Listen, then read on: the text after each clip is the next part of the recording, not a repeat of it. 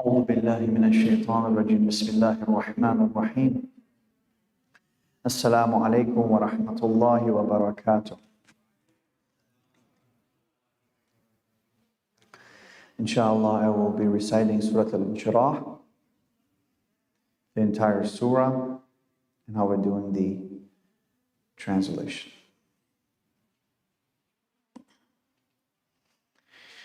اللهم صل على محمد وآل محمد.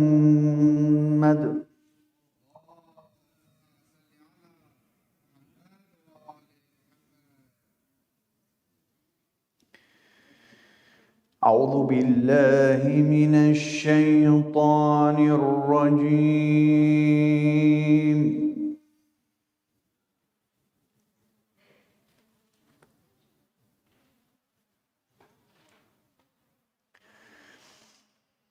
بسم الله الرحمن الرحيم.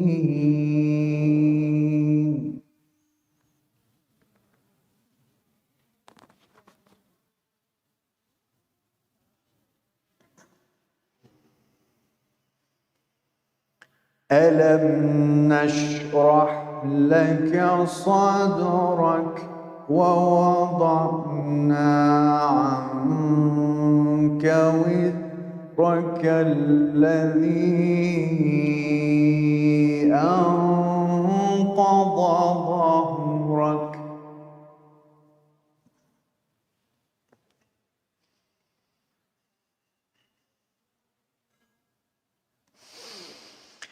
الذي أنقض ظهرك ورفعنا لك ذكرك.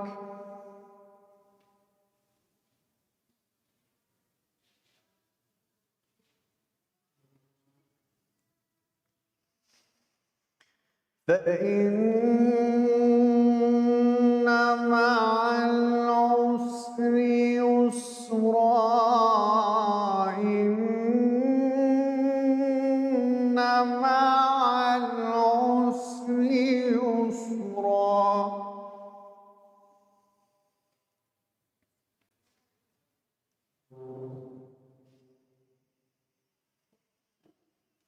فإن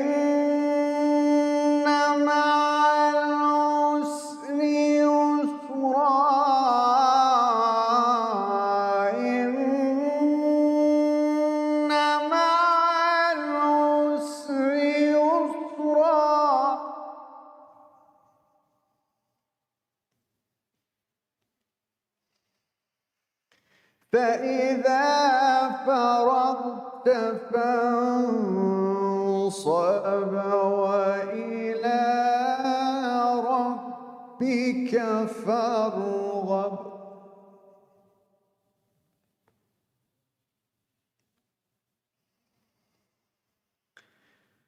بسم الله الرحمن الرحيم.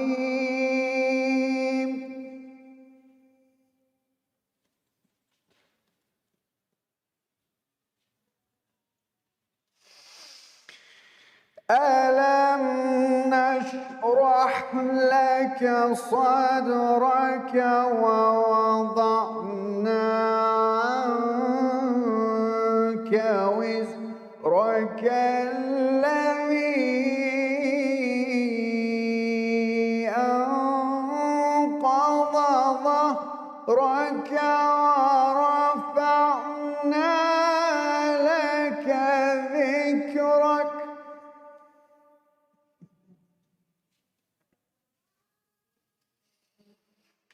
فإن مع العسر يسرا، إن مع العسر يسرا.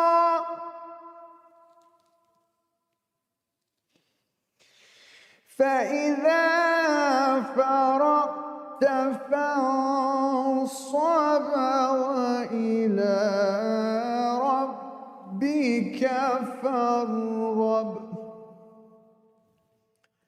صدق الله العلي العظيم. اللهم صل وسلم وزد وبارك على رسول الله وآله الأطهار، على رسول الله وآله الأطهار. أعوذ بالله من الشيطان الرجيم. بسم الله الرحمن الرحيم. In the name of Allah, the most beneficent and the most merciful. Have we not expanded for you your breast, O Muhammad, and taken off from you your burden, which pressed heavily upon your back, and exalted for you your steam? Surely with difficulty is ease. With difficulty is surely ease. So when you are free, nominate and make your Lord your exclusive object. صدق الله العلي العظيم. إلى أرواح المؤمنين والمؤمنات رحم الله من يقرأ الفاتحة مع الصلوات. اللهم صل على محمد وآل محمد. بسم الله الرحمن الرحيم. الحمد لله رب العالمين الرحمن الرحيم مالك يوم الدين. إياك نعبد وإياك نستعين. اهدنا الصراط المستقيم صراط الذين أنعمت عليهم غير المغضوب عليهم ولا الضالين. صلوات على محمد وآل محمد.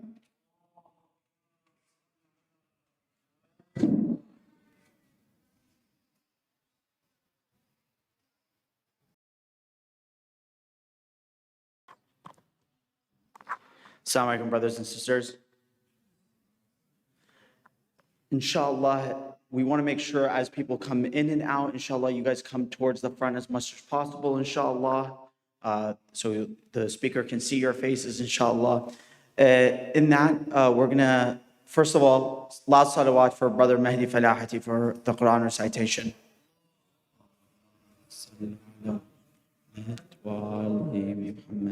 Inshallah, we'll be inviting up Sheikh Mahdi Rastani. He is currently leading a course that concluded today at SABA on the principles of Salah, which a lot of people, alhamdulillah, we had a pretty good attendance for that came out. It was a 2-day course on both Saturday and Sunday. I think the total course was about like 7 hours or 8 hours.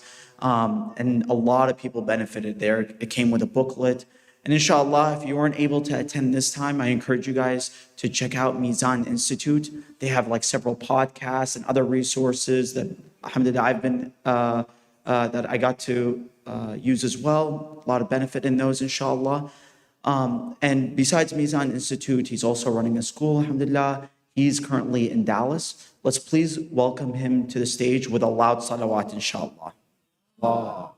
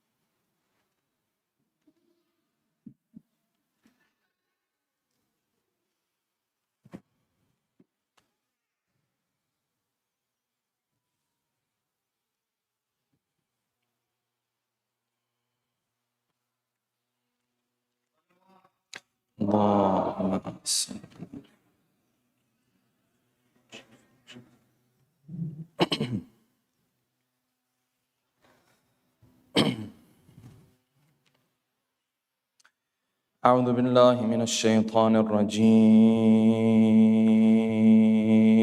بسم الله الرحمن الرحيم الحمد لله رب العالمين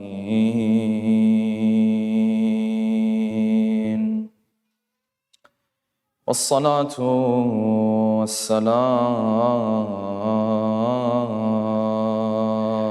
على سيدنا ونبينا وحبيب قلوبنا وشفيع ذنوبنا وطبيب نفوسنا أبي القاسم محمد الله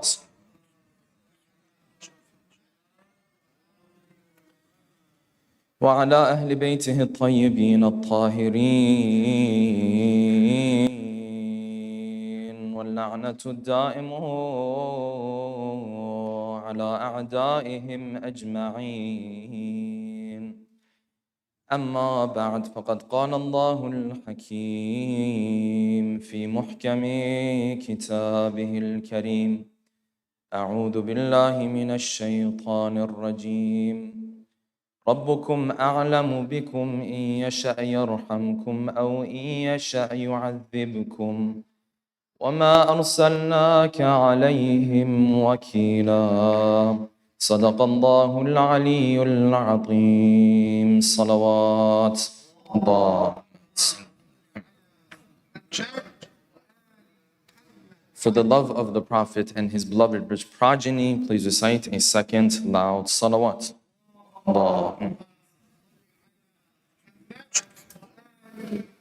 For the hastening and the return of our beloved 12th Imam, a third final loud salawat.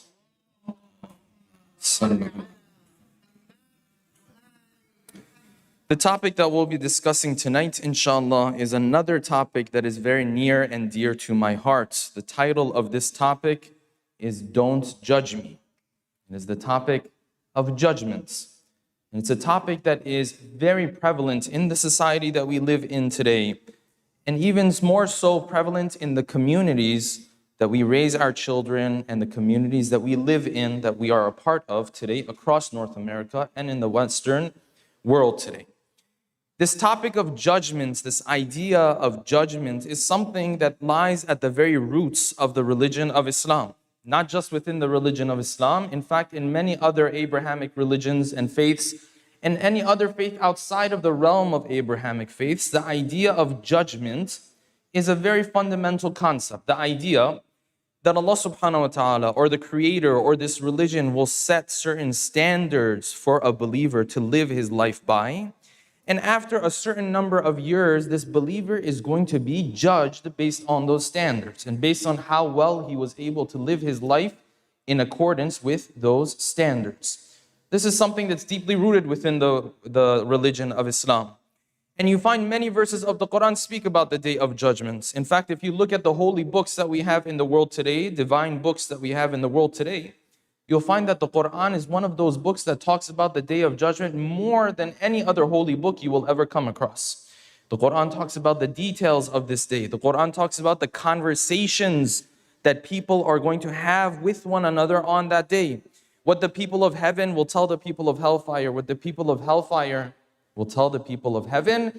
And so it's a concept that's so deeply rooted within the religion, we would point at it and we would say it's one of usul ad-din. If you don't believe in it, you're not even a Muslim to begin with.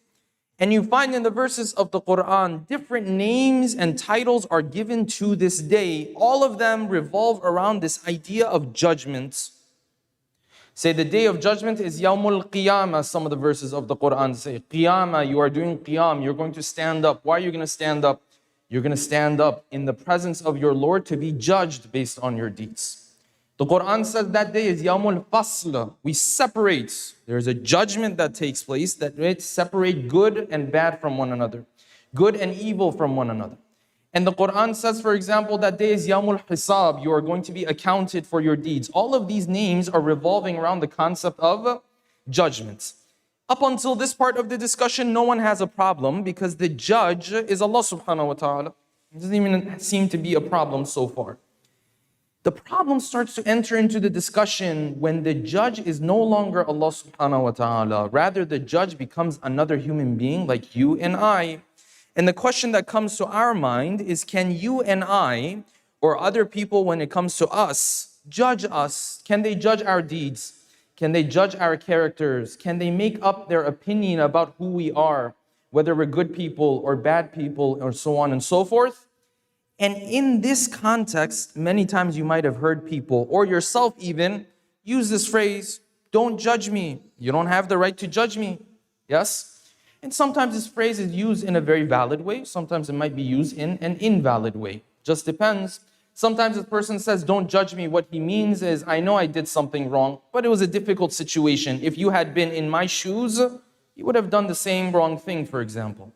Sometimes he says, no, don't judge me. What he means is, you have no right to make any moral judgment about anything that I do. I pray and I fast, or I don't pray and I fast, shouldn't make any difference for you. You don't have the right to judge me. And many different meanings that can be derived from this short statement of don't judge me. The problem with this idea of judgment, if it is not understood properly, is that it leads to other issues within the context of community, within the context of family. It leads to other problems. Because psychologists today, they will tell you that if someone feels judged, there is a shame that builds up inside of this person. And this shame leads to this person being isolated from those that he feels judged by. If a person enters into a gathering and he feels judged by those who are in this gathering, he feels this shame, and this shame will push him to isolate him. If he's going through a difficulty in life and he is afraid that he is going to be judged if he were to ask for help, this will push him to be isolated from other people, which makes things in turn even more difficult for him. Because whatever difficulty he was dealing with before, now that he's on his own, it becomes even more difficult. And this turns into somewhat of an evil cycle. Therefore, this topic is very critical. Anywhere you go within our communities across North America, you will find that this problem is a very prevalent problem. But we want to take some time tonight to delve into this topic and understand it fully. And we will do so by posing the following questions. Number one, when someone says, don't judge me, you don't have the right to judge me, what exactly do they mean? What are the different interpretations you can have of a line or a sentence like this? Number two, where does Quran or Hadith speak about the idea of whether you have the rights to judge the deeds of others or to judge the character of other individuals? Can you look at the deeds of a person and say, these deeds are wrong, these are bad? Or can you look at the character of a person and say, this person is a bad person, this person is a good person? Where does Quran and Hadith speak of this idea? Number three, are we allowed to scorn people for the mistakes that they have made in their lives? Number four, if Islam promotes an environment where you are not to pass judgment on the wrongdoings of others, does this mean that Islam wants us to speak of our shortcomings and be open and public about our sins or not? And number five, and finally, if you find yourself in a situation where you feel like you are being judged,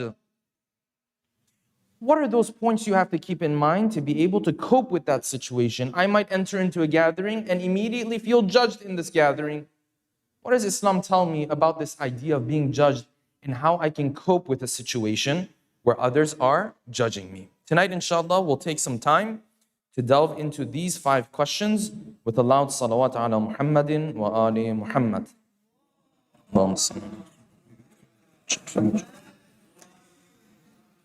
Let us begin from here. What does it mean when someone says, don't judge me? The reality is we live in a world and in a time where everything is compressed. Before I explain what this line can potentially mean, which parts of it Islam agrees with, which parts of it Islam does not agree with, we have to understand something about the reality of the life that we live today. And that is, we live a life in which everything, any type of information that is passed on to you is compressed. It's digitalized. There's only a certain amount of time you have to explain things. Things are turning into one-liners and slogans and mottos and catchphrases and hashtags. This is the world that we live in. This is fundamentally, if you look at social media today, though it may have not been the case 10, 15 years ago, nowadays social media is predicated on this very idea. Don't take up too much of my time. Tell me in a couple of minutes what you want to say and move on. Don't dissect anything. Don't talk about, okay, this is the first layer of the discussion, second layer of the discussion, third layer. No, I don't have time for that. Give me something catchy, give me a catchphrase, a one-liner. I'll either get behind it or I will oppose you when it comes to it, but that's it. We don't have time. That's why you have platforms that even if you wanted to explain, this platform will tell you, no more explanation. You have a couple lines left. You fill up these couple lines, then we're done. We don't have time for you to explain everything and pull out everything. And there are pros to this and there's cons to it. The pros is that a message that could have taken an hour, now it gets to you in a couple minutes. The con to it at times is that there is no discussion on this one-liner, this catchphrase. What is it that we mean by it? And you will find this all around you. I'll give you some examples. Yes? People will get behind these one-liners, or they will, very seriously oppose them at times without really knowing what is even meant by this catchphrase, what is meant by this slogan. You'll hear people will say, you know what? It's very important to live in the now. Live in the now. Don't live in the past. Don't worry about the future. Live in the now. Okay, sounds cool. Yes? But what do you mean by this? So you're saying it's just all fun and I just stick to whatever's happening right now and I don't worry about the future? Is that what you're saying? Because if that's what you're saying, Islam would completely disagree with you. But if what you're saying is just take advantage of the moment that you have, well, Amirul Mu'mineen has multiple ahadith that speak of the same idea. Depending on how you interpret this, Islam either completely agrees with you or completely disagrees with you. Just depending on what interpretation you have of it. People will say at times, listen, don't ever change for anybody else. Stay true to who you are. It's what they tell us all the time. So what does this mean? This means when you get married, you're just going to live that single life and you're just going to come home and throw your clothes in one corner, and because that's recipe for disaster. No, any marriage you go into, if the two sides don't change, that marriage is definitely going to fail. 100%. You have my word on it. So what do you mean don't change for everybody? Oh, we have to see what we mean by it. In certain aspects of it, Islam completely agrees with you. Some aspects of it, Islam will completely disagree with you. It just depends. Yes? People will say, Sheikh, I don't have a filter. I speak the truth. Okay, in what situations, in what scenarios? Sometimes Islam wants that from you. Sometimes Islam does not want that at all from you. Yes, it depends. So when we say, don't judge me, no one can judge you but Allah. You don't have the right to judge me. We have to understand what is being said. What's the meaning in mind? Because with some meanings, as we will explain, Islam completely agrees with you. With other meanings of the same line, Islam completely disagrees with you. It depends. So now let us delve into what are the different meanings that can be interpreted or understood from this one line. Recite a salawat, please.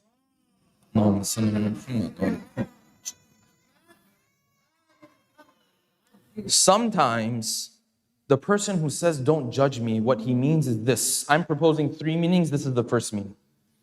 When he says, don't judge me, he says, listen, no matter what I do, you don't have the right to make any moral judgment about my deeds. If I pray and I fast in the context of a Muslim, for example, if I pray and I fast and I'm nice to people and so on and so forth, or I don't do any of these things and I do the opposites of them, you do not have the right to point at any of these deeds of mine and say this is good or bad. You don't have the right. Who are you to judge? Only Allah can judge. No moral judgment whatsoever. You can't look at me and my lifestyle and say this lifestyle is a good lifestyle or a bad lifestyle. No, you don't have any rights. This is the first meaning when he says, don't judge me. Yes? Second meaning is a bit different. He says, listen, you can judge my deeds. You can say, you don't pray, this not praying is good or bad, for example. But you don't have the right to judge my character as a whole. As a human being, you can't point to me because I make some mistakes here or there and say this person is a bad person. He's an evil person. God doesn't like this person. Imam Hussein doesn't like this person. God doesn't value this person. When he says, don't judge me, he means, like, I know I have these shortcomings, but doesn't mean you can look at my whole character and say, I don't carry any value at all. No, you don't have the right to judge my character as a whole. This is the second meaning sometimes we use it. Yes? Sometimes, no, there's a third meaning. The third meaning is this. Listen, you pass judgment on my deeds, my character, that's not even my thing. Just don't speak to me from a moral high horse. Don't speak to me as if you're perfect. I'm the only one who makes mistakes. Don't speak to me as if you're ma'soom. I'm the terrible servant of God. Don't speak to me, oh, how could you have possibly committed such a sin? No, you make mistakes too. Don't judge me. This is the third meaning. He's saying, listen, I understand I have shortcomings, but you can't speak to me and scorn me for my mistakes. No, you make mistakes too. In Farsi we say, stop, let's ride together, Say, hey, stop this idea that you're perfect, everyone else has problems. No, you have issues too, we have issues. Don't speak to me from a moral high horse.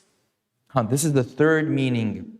When someone says, don't judge me, depending on which meaning it is, as we will explain, Islam either completely gives you the right to judge something or completely stops you from judging a person. Just depending on which interpretation it is that we are referring to. So moving on to the first one. Someone says, hey, you don't have the right to judge my actions. I pray or I don't pray. I fast or I don't fast. None of these makes me more or less Muslim. People will say this. Yes? Does Islam agree with this? Can you pass judgment on the deeds, not the character, the deeds, the actions? In Islam, not only is it okay for you to pass these judgments on the deeds, in fact, you've already passed this judgment, whether you know it or you don't know it. You say, no, Sheikh, I didn't pass judgment on anything. What are you talking about? I just got here. I just parked. I just came inside. What do you mean? I didn't do anything. Yes? No, you pass these judgments when you embrace the religion of Islam. The moment you embrace the religion of Islam, what did that mean? When you said, I am Muslim, I believe in the message of the Prophet, you automatically pass judgment on thousands of deeds to be good deeds and pass judgment on thousands of deeds to be morally wrong and bad deeds. You already passed this judgment. Because what is Islam if you take away these moral judgments from it? If in Islam you have no moral judgment on any particular deed, any particular act, what's left of Islam? Can you even point at something and say this is good in the eyes of God and this is bad in the eyes of God? You can't even do that anymore. The movement of Imam Hussein and Yazid La'natullahi alayhi on the other side, you sit there and say, no, Yazid, who are we to judge? You take away moral judgments from Islam, there's nothing left for you in Islam anymore. This is why Islam came. Islam came to tell you not fasting is not a good thing. And Islam came to tell you that praying is a very important thing. If you don't do it, it's a bad thing that you are doing. It's the whole reason why Islam came. Because you and I couldn't figure out these things on our own. When you look at our moral judgments, there might be 6, 7, 8, 10 things as human beings universally we can agree on that they're good or they're bad. It's bad to lie. Okay, wonderful. It's bad to steal. Okay, we all get that. It's bad to backbite, for example. Continue the list. You may not even get to 20. What about everything else I do in my life? We don't know. Islam came to tell you when it comes to those thousands of other things that you do, is this a good thing or is this a bad thing? Modesty, how the two genders interact with one another. You go to different societies, they have different understandings of what is considered moral, what is considered immoral. I don't want to go into too much detail here. Yes? Islam came and said, listen, if this man and woman have this type of an interaction, this is bad. If they have this type of interaction, this is good. This is what Islam is. So not only is it okay to pass this judgment, you have to pass this judgment. It's not even up to you. You pass this judgment when you embrace this religion. When you say, I believe in what the Prophet brought. I believe in the Quran. The Quran has passed judgment on thousands of these deeds. And therefore, the important point to remember here, and as we continue with the discussion, is this. Anytime we say you can pass judgment, in reality, it's not you who's passing judgment. It's God who has already passed judgment on certain things. You're just taking his words and saying, based on God's judgment, this is good or bad. You're not even the one passing judgment. Who are you? Who am I? I don't have the right to pass judgment on anything. But when God says praying is not a good thing, and either someone else is not praying, or it might even be myself at times, I'm not praying, I should definitely look at this deed and say, this is a bad thing. There should be no shyness about this. You shouldn't be shying away from this idea. No, moral judgments when it comes to the deeds and the actions is 100% part of Islam. If you take it away from Islam, there will be nothing left of Islam. Nothing. The only caveat that you have to remember here is that you shouldn't be assuming things. We're speaking in the context that you know either it's yourself or someone else that you know for sure is making this mistake, committing this sin. Can you look at the sin and say this sin is a wrong thing, it's a bad thing to do? Yes. But you shouldn't be assuming. We're speaking in the context that you know for sure. Sometimes people are open about their lifestyle and say, I don't do this, I don't pray, I don't fast. Can you look at it and say this is a problem? Yes, you can look at it, say this is a problem. It's not what Allah subhanahu wa ta'ala is happy with. And even beyond that, you will find in the fatwa of our maraji, including Ayatul Sistani, he says, you know, the first level of Amr bil Ma'ruf, enjoining the good, forbidding the evil, is not even to go and talk to that guy. That's normally how we picture Amr bil Ma'ruf. Someone's doing something wrong. I say, well, in certain conditions, I have to go talk to this person. By the way, we butcher this whole topic. We do a terrible job of this whole topic. Many times the conditions are not there and we assume the conditions are there and then we make things worse. I'll leave that for another time. But you look at the fatwa of the Maraji and the ahadith of Ahlul Bayt, they will tell you before you even get to that, there is a lower level, a first level to Amr bil Ma'ruf. What is there? I thought just talking to the guy is like the first thing I'm supposed to do. No, there's something you do before that. What is it that you do before that? He says when you come across a deed that is haram, you come across a sin, the first level of Amr bil Ma'ruf is just for you to deep down acknowledge that what this person is doing is wrong. God is not happy with it. And because he's not happy with it, I'm not okay with it either. So this is the first level of what? Amr bil Ma'ruf. Then when you do this, then comes the next levels if the conditions apply. First level is just for you to do what? He says, according to Ayatul Sistani, ihtiyat, he says, wajib, ihtiyat wajib, you should be doing this. You come across a wrong deed, deep down you're supposed to say, I'm not happy with this, and God is not happy with it. What is that? That's a moral judgment you're making on the deed. So not only is this part of Islam, in reality, it's a part of your duty. You have to be doing this. So if someone says, listen, I pray or I don't pray, I fast or I don't fast, I observe this dress code or I don't, I'm engaged in this relationship or not, so on and so forth. This doesn't make me any more or less Muslim. Islam does not agree with this statement. If it didn't make you more or less Muslim, if it didn't affect your spirituality, if it didn't affect your relationship with God, he wouldn't have made it forbidden in the first place. It's important, that's why he made it haram, because it's going to affect your relationship with him. Yes, is this person who sins still, from a jurisprudential perspective, still a Muslim? Yes. You can commit the greatest of sins and still remain within the realm of Islam. But the one who is doing these deeds, his faith is growing. The one who's not doing these deeds, his faith is definitely being harmed. What is this idea that you find is so prevalent in societies nowadays? It doesn't matter if I do this or I don't. It's all about what's running in my heart. As if God didn't know this person was going to have a heart. As if, God forbid, he had nothing better to do. He declared a bunch of things wajib, a bunch of things haram, but somehow your relationship with him has nothing to do with any of this. Why did he even call this haram? Why did he call all of these things wajib? So in this first meaning, when someone says, don't judge me, Islam completely disagrees with it. Recite a salawat, please.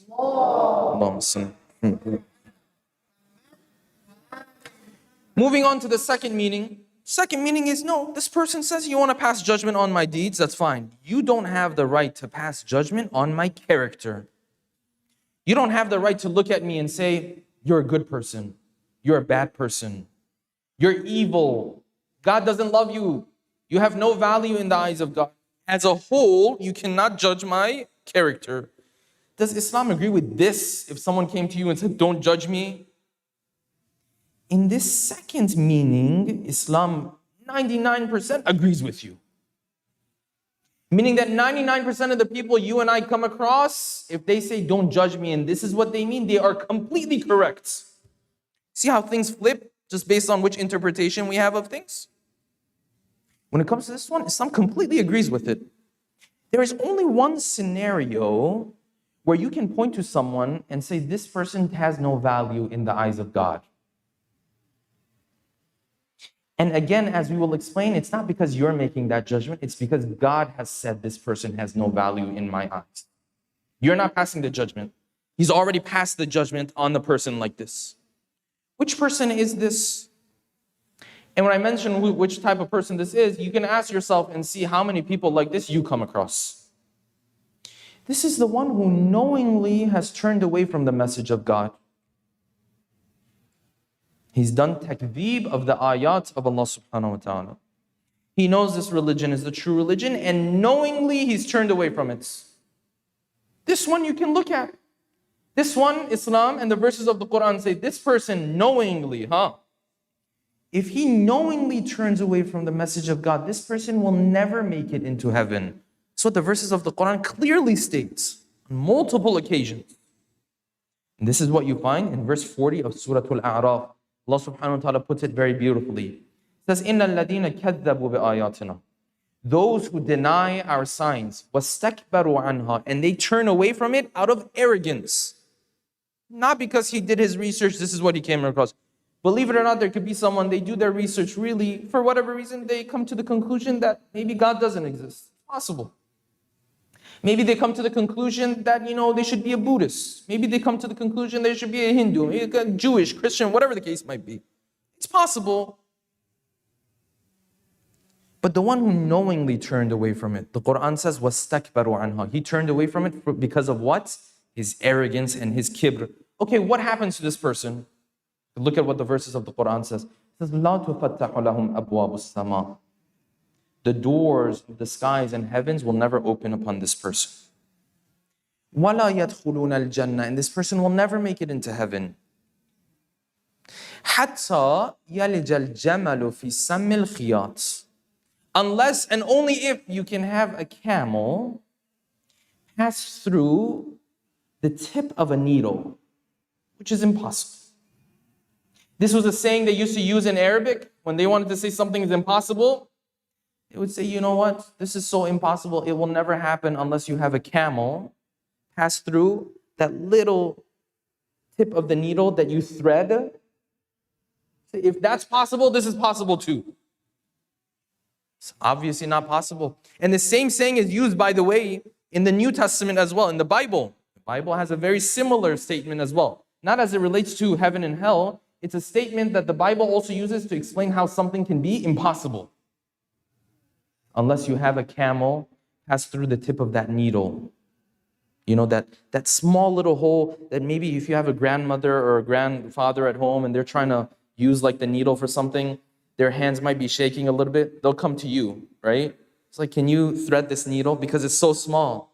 The Quran says, this person will never make it into heaven unless the camel passes through this. That's impossible. The Quran is very clear about it.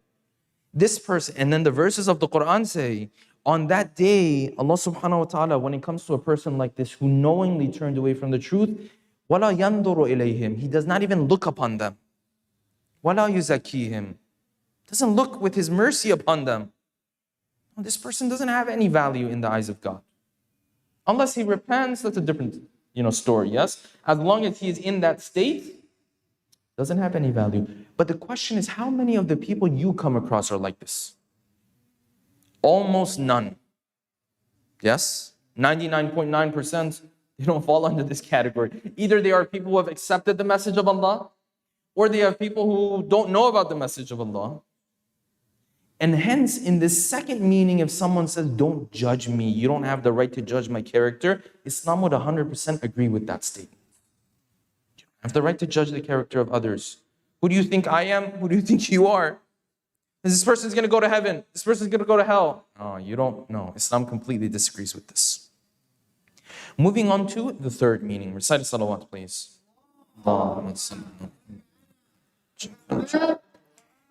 The third meaning when someone says, don't judge me, what they mean is, listen, don't speak to me from a moral high horse. Don't speak to me as if you've never made any mistakes. I'm the only one who makes mistakes. I'm this terrible person, all of this kind of stuff. Don't speak to me like this. Does Islam agree with this? 110%. Out of the three meanings, Islam agrees with two of them at least. 100%. And this is a problem in our communities. This part I'm going to have to whisper so no one hears us. This is a problem in our communities, where those who are more outwardly religious, not all of them, sometimes, they will look down upon others. This is who I am. Who are you? I pray, I fast, I did my ziyarah and everything. What are you talking about? This is a problem. And what they don't realize is that when that other person who is outwardly not as practicing might commit this sin or that sin or whatever the case might be, they don't realize that they are being tested through that person. This is their test. Allah subhanahu wa ta'ala wants to see, is this person going to walk around all arrogant and everything? Or no, is he going to say, well, this is how this person lives his lifestyle. And it's not okay. It's not right, because we said you pass judgment on the deeds. It's not right. But at the end of the day, he has his own life. I have my own life. And Allah subhanahu wa ta'ala will judge him. And Allah subhanahu wa ta'ala will judge me based on my own shortcomings, because I have many of those too. He wants to see how they're going to react. Sometimes one servant of God does a good thing or a bad thing, he becomes a test for another servant of God. The only thing is, Mr. Religious here doesn't even realize he's being tested. No, he thinks he's wonderful and, angels come beneath his feet and all this kind of stuff, yes? And there's no one to tell him, hey, you mess up quite a bit too. It's like, you have shortcomings too. Not him, God forbid. Islam completely agrees with this. You don't have the right to speak from a moral high horse to people.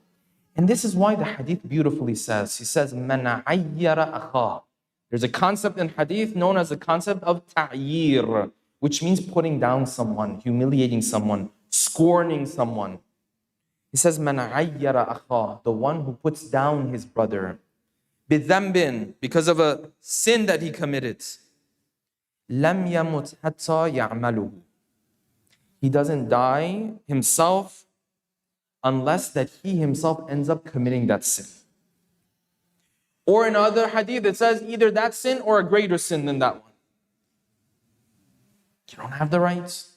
This is why the verse of the Quran I recited at the beginning, رَبُّكُمْ أَعْلَمُ بِكُمْ. God knows better who you are, what you're about, what type of person you are, what type of tests you've gone through, what type of background you have, what your story is. God knows better. إِن يَشَأْ يَرْحَمْكُمْ. Either he has mercy on you, أو إن يشاء يعذبكم, or he will hold you accountable. Ya Rasulullah, وَمَا أَرْسَلْنَاكَ عَلَيْهِمْ وَكِيلًا. You're not in charge of their lives. What does this mean? Of course, the Prophet used to guide people, but at the end of the day, it's Allah subhanahu wa ta'ala will judge. You're not their wakil, you're not in charge of every single person. They have their own free will. They'll make their own decisions. Yes, Ya Rasulullah, you can look at their deeds and say this deed is a wrong deed. You can say not praying is a bad thing, not fasting is a bad thing. But where they end up, heaven, hell, whatever the case might be, you don't have that right. Yes, only those who knowingly turn away from you, then you can make that judgment, because Allah has already made that judgment for you. So depending on the meaning, either Islam completely agrees with you or completely disagrees with you. Now moving on to the next point, someone says, well, if this is a religion in which people should not be passing judgment on me, then that means God wants me to be open about my shortcomings. He wants me to be public about the sins I commit. Yes, I did this, don't judge me. I did this, it's not a problem.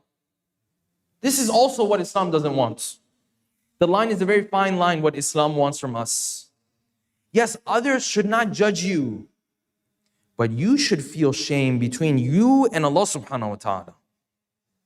Therefore, when I commit a sin, I have to remember what I did was terrible.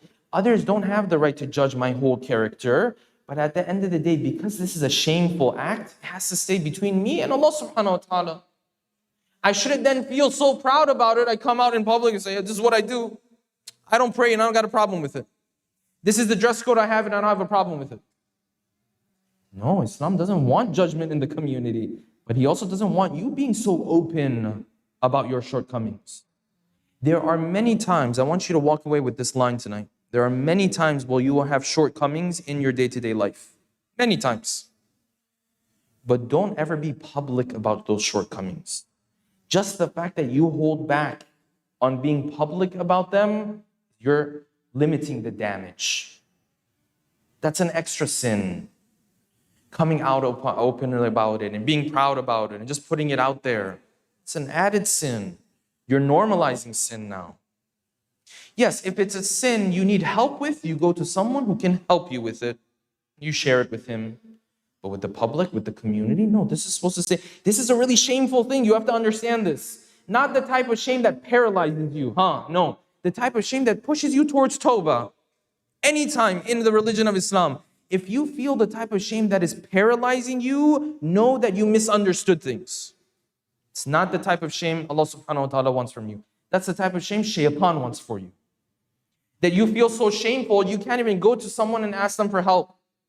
You feel so shameful, you can't even ask God for forgiveness anymore. It's not the type of shame we have in Islam. The type of shame we have in Islam pushes you towards tawbah. It is a shame that pushes you towards being active. If it paralyzes you, that's not what Allah subhanahu wa ta'ala wants. And that brings us to the final point that we will be discussing tonight. If I find myself in a situation, in a gathering, in a circle of friends even, and I feel like I'm being judged, these individuals, they're judging me. Yes? They look at me, they have their own understanding of what I do, they make accusations about me, they speak negatively of me. What should I do in these situations?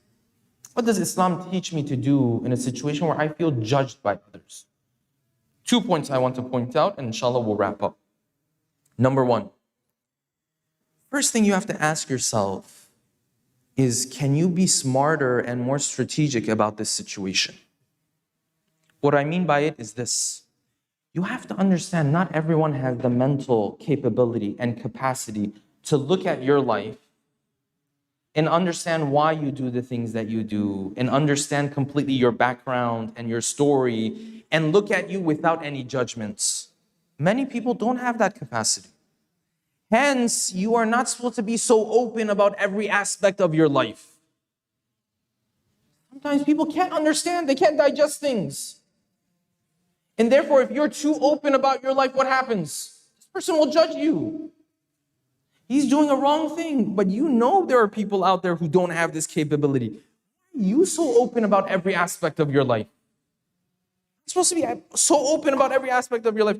No, Shaykh, I keep it real. I have no filter. I tell them how it is. Islam didn't ask you to do this. You know, people say, I keep it 100. Islam never asked you to do this. Islam asks you to hold on to your values. But when you speak in detail about those values, when you don't speak about them, it's all depending on the situation. Sometimes you speak to a group of people, they can't understand. For whatever reason. They don't know why you do the things that you do. And hence they will judge you. You're a practicing individual. You're going into a group, a circle of friends who may not be so practicing. Certain things you believe in, they don't believe in. They may not be able to digest. If you speak of those things, they might look at you and they say, this person's radical. This person's extreme. And yet you and I don't have that strategic perspective. We're not smart about these things. And we share everything we believe in. Then you come back and say, I felt judged. Yes, what they did was wrong, but you have to be smarter about this. This person comes on social media, throws his whole life out there. Then random dude who's living in the basement of, some person's house, then on the comments starts to judge him. Says, oh, I felt judged. What did you think was going to happen? Say, no, but what he did was wrong, Sheikh. He judged him. Yes, what he did was wrong. But you have to be smarter about it. You have to protect yourself. You have to protect your mental health. That's what you have to do. Not everyone's going to understand why you do the things that you do. And people will look at you just by one look, they will stereotype you, and that's it. That's all that they will ever understand about you. Say, this person is like this. Did you ever sit down with this person? Did you ever talk with the person? Did you ever see how he does things? No. This is it. That's how people are. And if that's how people are, Islam teaches us to be smart about these things. If someone doesn't understand why you do the things that you do, well, then that means you shouldn't be too open about those things with them. It's very simple. It's number one. Number two, whenever you feel judged, or whenever someone says something negative about you, in your presence, behind your back, whatever the case might be, understand that this is a test that everyone goes through.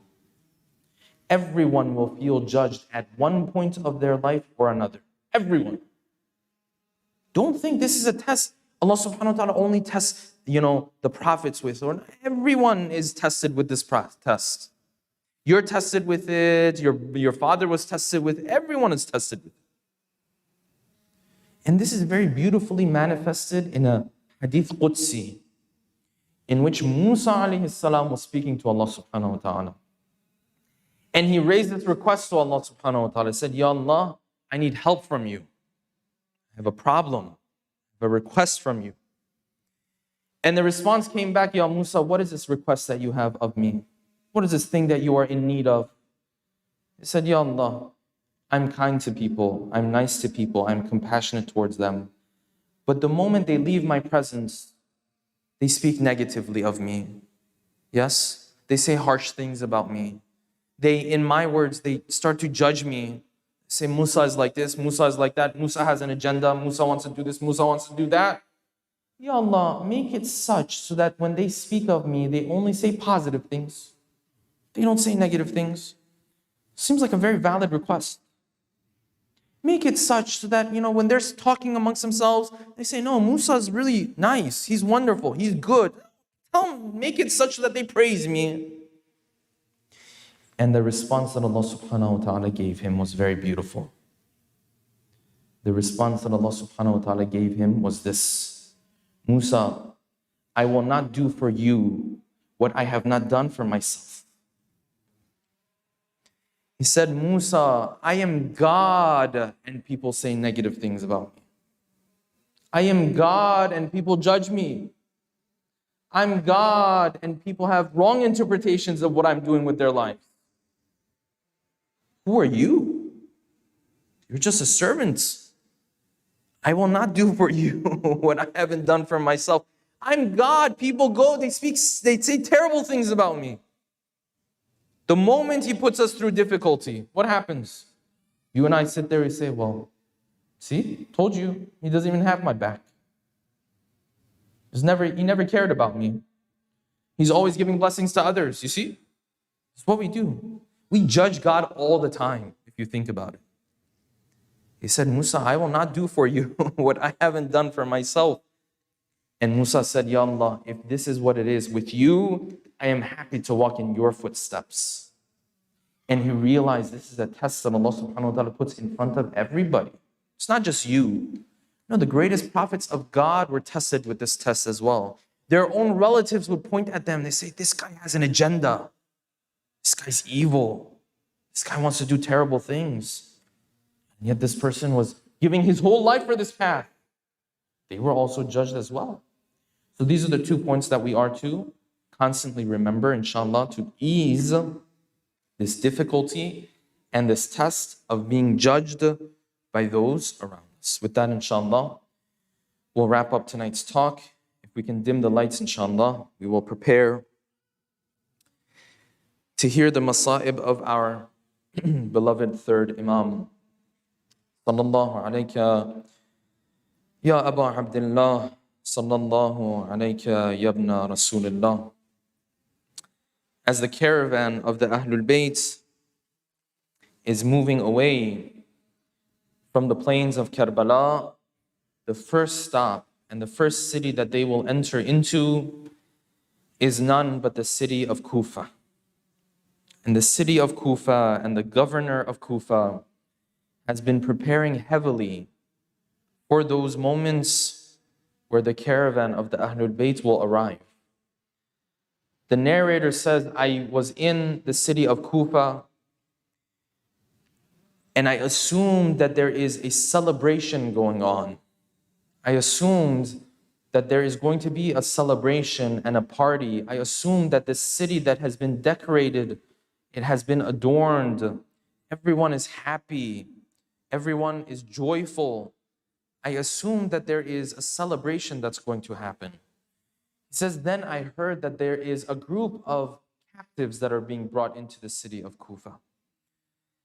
Hadlam ibn Sutayr says, I went towards the door or the gates from which the caravan of the Ahlul Bayt was being brought into the city of Kufa. And he says the women of the city of Kufa were up on the roofs of their homes. They were clapping, they were singing, they were happy. Just imagine as this caravan comes, just having left the plains of Karbala maybe a day or two ago. Imagine these little children, these women enter into the city of Kufa. And in the city of Kufa, instead of consoling their pain, instead of comforting their pain, everyone is happy, everyone is clapping, everyone is joyful at the pain of these women and children. Imagine this caravan being paraded around in the city of Kufa. The narrator says, I stood at the gate and I watched as this family of the women and children of Hussein, they entered into the city of Kufa. He says, then some of the women on the roofs of the city of Kufa started to throw things at this family. They started to throw rocks and stones at this family. They started to disrespect this family. And this continued until the more this family came in, the more the people of the city of Kufa realized who this family actually is. Then they say, some of these women asked the women of Hussein, who are you? Which family are you? And they said, we're the family of the Prophet. We are the captives of the family of the Prophet. Their situation was so difficult. It was so painful. The narrator says, all of a sudden, I saw some of these women and children from their homes. They started to bring clothes to the women and children of Ahlul Bayt. They started to bring food to the women and children of Ahlul Bayt. Some of them started to bring water to the women and children of the Ahlul Bayt. Imagine how terrible of a situation this caravan was in as they were walking into the city, that these people who were happy, now they start to cry at this scene that they are witnessing. And Hadlam ibn Sutayr says, as I was watching all of this unfold, then I saw this one man, he was riding on the camel without any saddle. I saw him enter into the city of Kufa and there were multiple chains on his body. His neck is chained, his hands are chained, his legs are chained. I looked a bit closer to see who he was. When I looked closer, I saw this is Ali ibn al-Hussein. This is the son of Imam al-Hussein. They're bringing him into the city of Kufa, all chained. And as he witnessed the women and children of Kufa who had now started to cry, with his weak voice, he started to say, why would you cry when you killed my father Hussein? Why would you cry when you killed my brother? Why would you cry when you killed our children in the plains of Karbala? And maybe these women and children, as they were walking into the city of Kufa, and they saw all of these people disrespecting them and throwing these stones and rocks at them, maybe they were thinking to themselves, if only our uncle Abbas would have been here. If only we hadn't asked for water from our uncle Abbas. If only Abu al-Fadl Abbas, the flag bearer, was here with us, maybe he could have protected us in these moments, yes? But what happened to Abu al-Fadl Abbas? On the 10th of Muharram, imagine these moments. Hussein has gone through so much difficulty, through so much pain. Now all of a sudden he hears the footsteps of his brother Abu al-Fadl Abbas making his way towards the tent. Hussein knows exactly why Abbas is coming towards the tent. And this breaks the heart of Hussein because Hussein, he didn't have anyone else left for him. The only one left for Hussein was Abbas. The only one left for Hussein was his brother, his flag bearer. The Maqtal says the moment Abu al-Fadl Abbas entered into the tent, he said one line, and this one line broke the heart of Hussein. And the Maqtal says, فَبَكَى الْحُسَيْنُ بُكَاءً شَدِيدًا. Hussein started to cry, and he started to cry heavily at this one line. What was this one line that Abbas said? Abbas only said one line.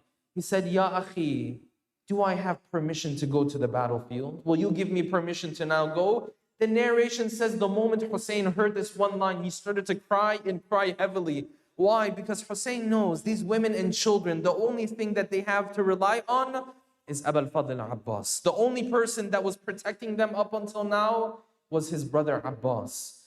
And imagine the tears are coming down from the face of Hussein. This strong Imam of ours, he has so much reliance on Abbas. Now he's breaking down even on the 10th of Muharram. The narration says Hussein continued to cry and cry. And in the midst of his crying, he turned to Abbas. He said, Ya Abbas, if you leave, وَإِذَا مَضَيْتَ تَفَرَّقَ عَسْكَرِي, my whole army will fall apart. The whole tents will be at danger. They will all be threatened at that point. Abbas, where are you going? Stay with me a little bit more. You know what Abbas responded with? Abbas responded with this one line, full of pain and agony. He said, brother, I have witnessed too many masa'ib today. He said, لَقَدْ ضَاقَ صَدْرِي, my heart can't take the pain anymore. I watched Qasim ibn al-Hassan. He went to the battlefield. He came back with a body without a head. I watched Ali al-Akbar go towards the battlefield. I saw his body coming back in the way that he came back. I watched the other warriors and companions of yours go, and they never came back. Let me go before Ali al-Asghar, something happens to him. They say at this point, finally, Hussein said, Abbas, you hear the call of these children. You hear them calling out, Al-Atash, Al-Atash. This call is tearing my heart apart, Abbas. Go at least bring a little bit of water for these women and these children. They say Abul Fadl Abbas went to his tent. He grabbed his spear. He grabbed his armor. He got on his horse. In front of Abbas, this ocean of an army.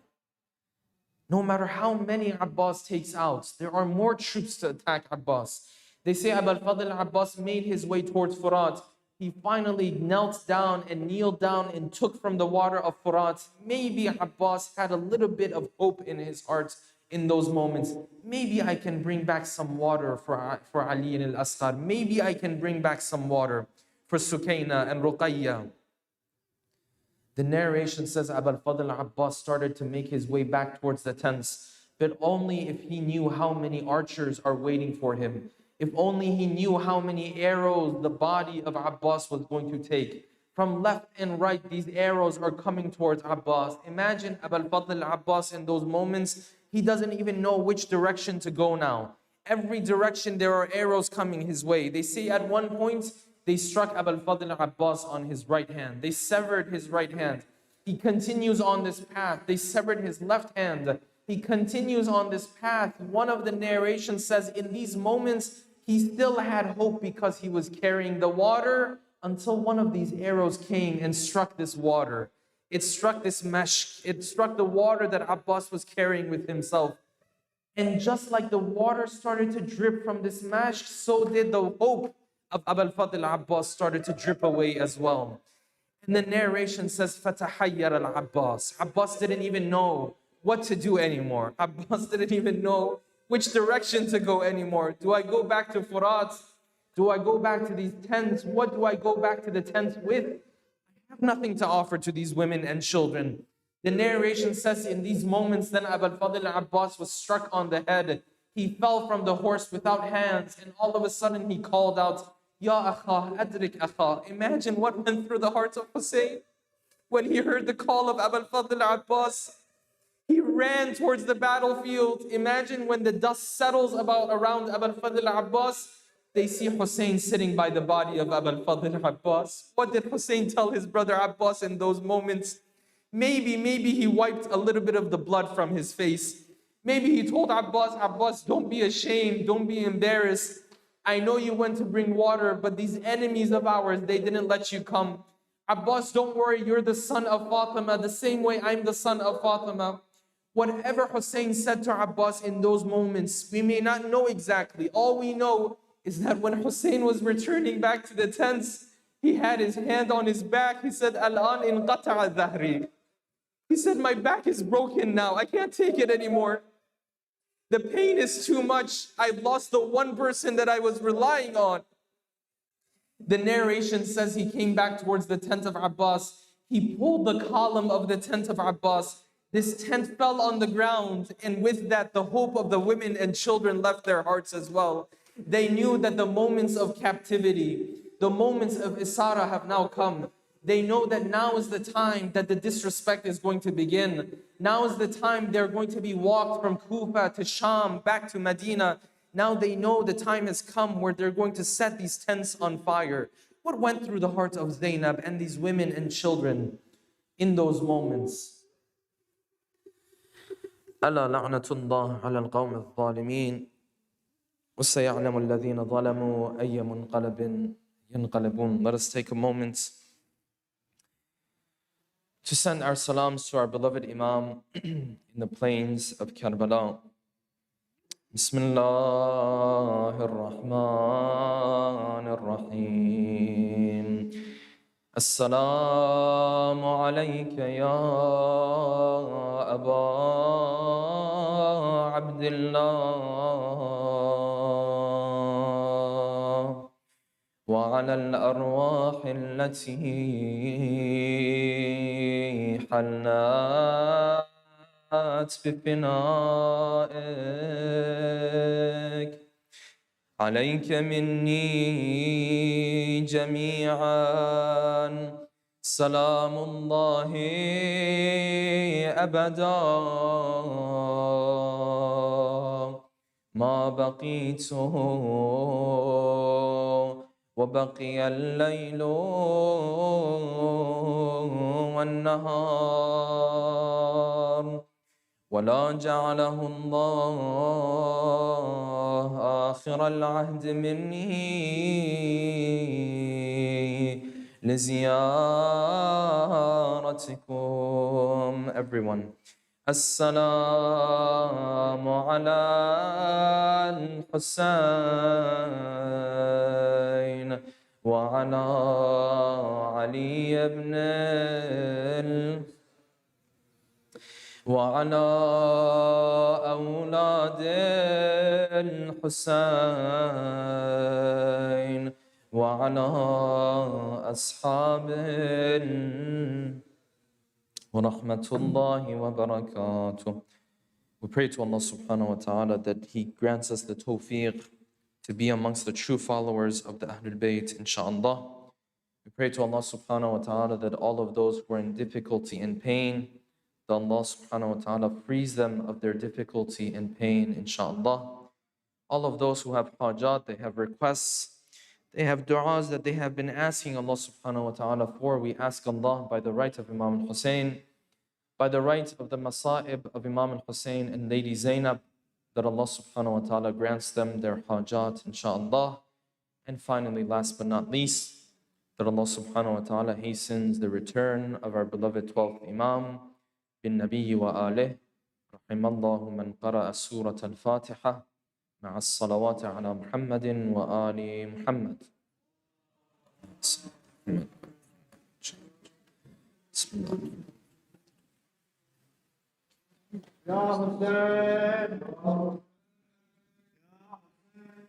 يا حسين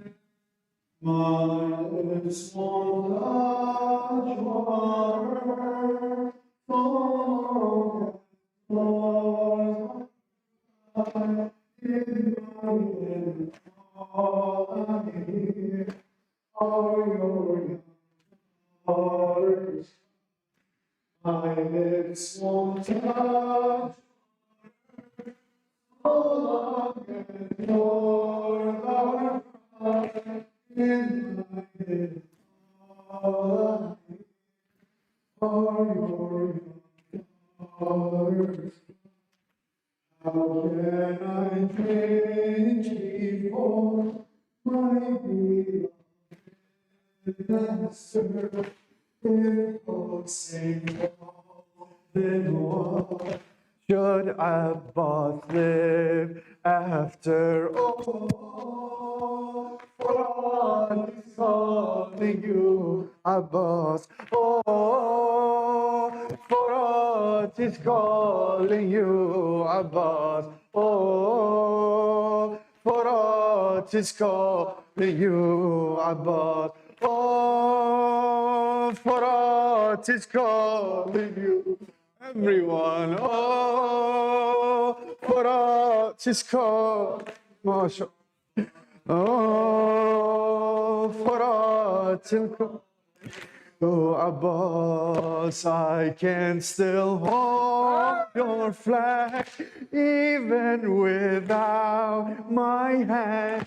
I proved my loyalty and left them on the sand. I can still hold your flag, even without my hand. I proved my loyalty and left them on the sand. The arrow in my eye won't move me from your side. Hussein, my love for you in my heart won't subside. Oh, Farad is calling you, Abbas. Oh, Farad is calling. Oh, Farad is calling you, Abbas. Oh, Farad is calling. MashaAllah. Oh, Farad is calling. Oh, Farad is calling. Abbas, I am the lion of the army of Ali. I defend the Prophet and his pure family. I am the lion of the army of Ali. I defend the Prophet and his pure family. Why should that change now that I cannot hold the spear? I'd rather die before seeing Master shed tears. Oh, Farad is gone. Oh, Abbas, oh, Farad is gone. Oh, Farad is calling you, Abbas. Oh, Farad is calling. MashaAllah. Oh, Farad is calling you, Abbas. Oh, Abbas, for you our cries, oh Hussein, tears in our eyes, oh Hussein. For you our cries, oh Hussein, tears in our eyes, oh Hussein. For you everything we give, for you our lives, oh Hussein. For you everything we give, for you our lives, oh Hussein. Following the Shohada, caravan of love, Mawla. Our banners can be seen from the skies above, Mawla. Oh Hussein, in our hearts burns your flame. We live and die by your name, oh Hussein. In our hearts burns your flame. We live and die by your name, oh Hussein. In our hearts burns your flame. We live and die by your name. Thar Allah, Ya Hussein, Thar Allah, Ya Hussein, Thar Allah, Thar Allah, Ya Hussein, Thar Allah, Ya Hussein, Sam, Thar Allah, Ya Hussein, Sar Allah, Ya Hussein, Sar Allah, Thar Allah, Thar Allah, Thar Allah.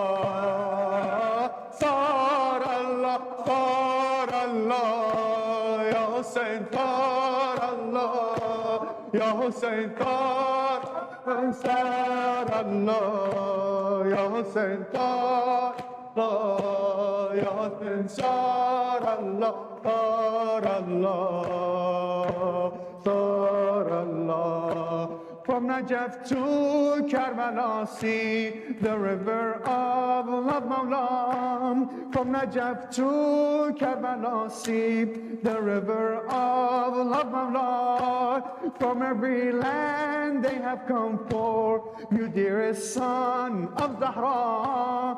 From every land they have come for you, dearest son of Zahra. In this desert we will roam, as every step to your dome is a step towards heaven, is that step closer to home.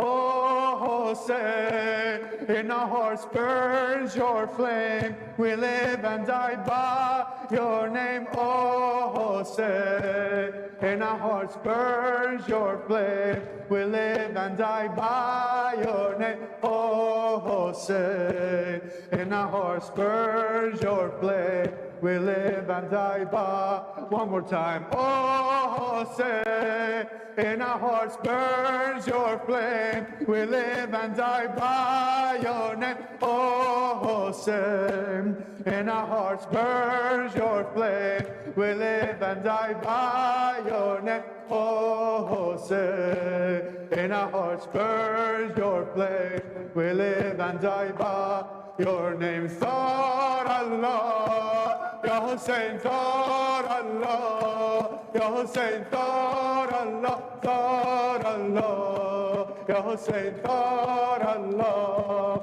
Ya Hussein, Thar Allah, Thar Allah, Ya Hussein, Thar Allah, Ya Hussein, Thar Allah, Thar Allah, Thar Allah, Thar Allah, Thar Allah, Thar Allah, Ya Hussein, Thar Allah, Ya Hussein, Thar Allah, Thar Allah, Ya Hussein, Thar Allah, Ya Hussein, Thar Allah, Thar Allah, Thar Allah. We send our hearts to Karbala, along with those who are there, along with those who've been walking from Najaf to Karbala. As you step towards your Imam, you look around you see people on wheelchair, you see someone who doesn't have a foot and is limping with a cane, you see babies, you see children walking, everyone's moving towards their love, everyone with one mission in their hearts. And you ask yourself, Ya Allah, why don't I complain like I always do? Why don't I complain? My children don't complain. And you realize you're the guest of Abu Abdullah al-Hussein. Inshallah, all of us, the lovers, will get to go next Arba'een, inshallah. Assalamu alayka, Ya Rasul Allah. Assalamu alayka, Ya Amir al-Mu'mineen. Assalamu alayki, Ya Fatimatu al-Zahra, Sayyidatu al-Nisa al-Alameen.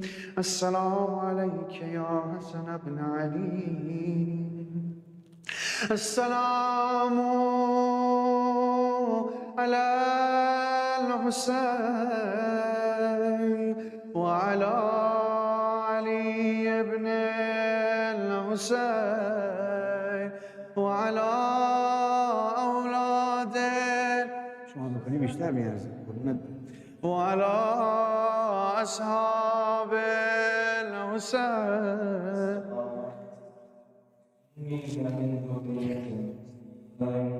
السلام عليكم يا صاحب الرسم والفرقان. السلام عليكم يا خليفة الرحمن. السلام عليكم يا إمام الإنس والجان ورحمة الله وبركاته. السلام عليكم يا بيت النبوة.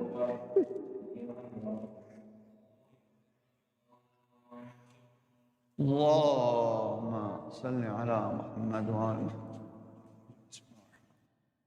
اللهم صل على محمد وآل محمد.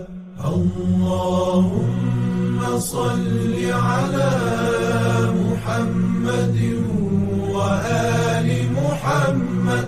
اللهم صل وسلم وزد وبارك على رسول الله.